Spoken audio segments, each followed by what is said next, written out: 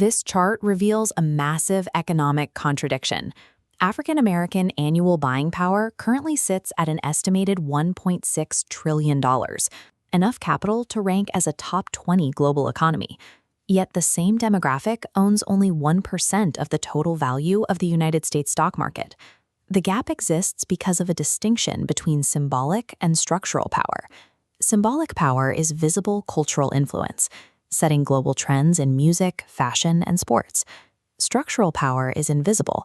It is the control of supply chains, commercial real estate, and the logistical infrastructure that those cultural trends actually sit on.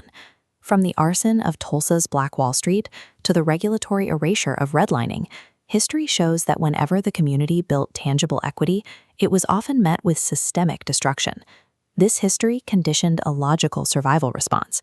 If wealth can be seized or destroyed at any moment, it is safer to spend it quickly. The focus on status symbols and immediate consumption is an adaptation to a world that historically made ownership a target.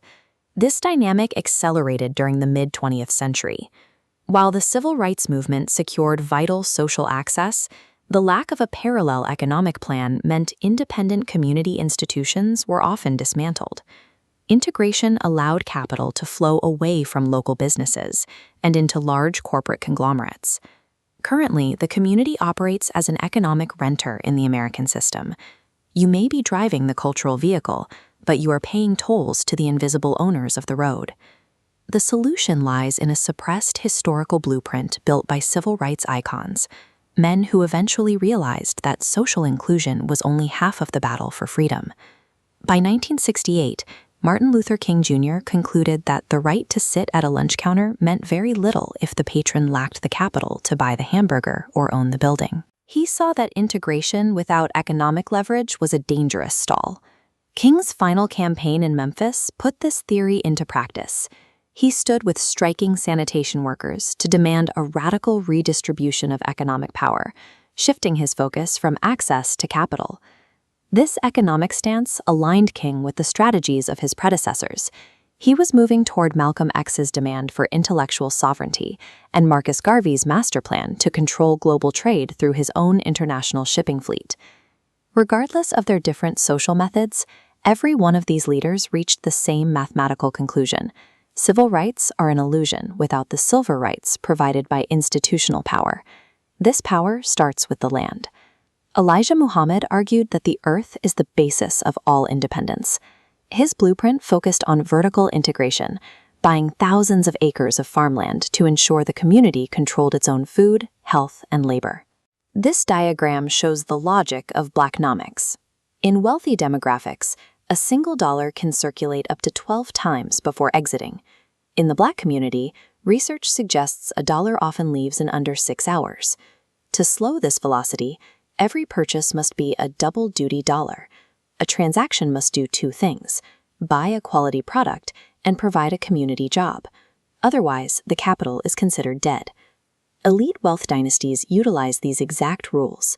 J.P. Morgan and the Rothschilds built empires by retaining capital within their own networks, lending it internally, and maintaining ownership of the underlying infrastructure.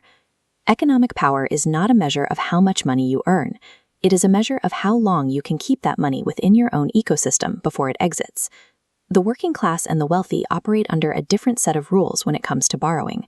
Consumers allow debt to own them. They trade their future time and labor for high-interest loans used to buy depreciating liabilities, things like cars or designer goods that lose value the moment they are used. Industrialists own the debt by using leverage. They use bank capital to buy income-producing assets, like a commercial warehouse. The rent from that warehouse covers the loan and provides a monthly profit, meaning the debt effectively pays for itself. Shifting from consumer to landlord requires viewing debt as a strategic tool for acquiring infrastructure rather than a trap for personal spending. In the 2020s, the community must move past hustle culture. Selling to your neighbors is a starting point, but the goal is institutional-scale ownership. Real power is invisible. You see its effects when you pay your light bill or use a credit card. It is the energy grid, the payment processing networks, the cell towers, water rights, and the algorithms that determine the content in your feed. Acquiring these systems begins by moving from my business to our fund. Individual families struggle to compete with institutional investors, but by pooling capital into private equity circles, groups can purchase commercial land, tech patents, or utilities. The focus must also shift to business-to-business models. Owning the logistics firm, the chemical lab, or the industrial warehouse allows the community to control the entire supply chain.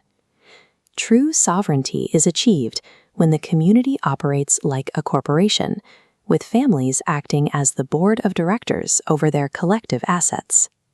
The mathematical necessity of capital retention drives this blueprint. Self-reliance ensures that a dollar generates value multiple times within the community before it is ever allowed to leave.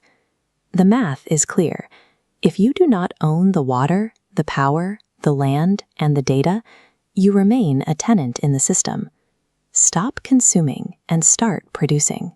Use the blueprint to build your own infrastructure and decide today to become the landlord of your own destiny.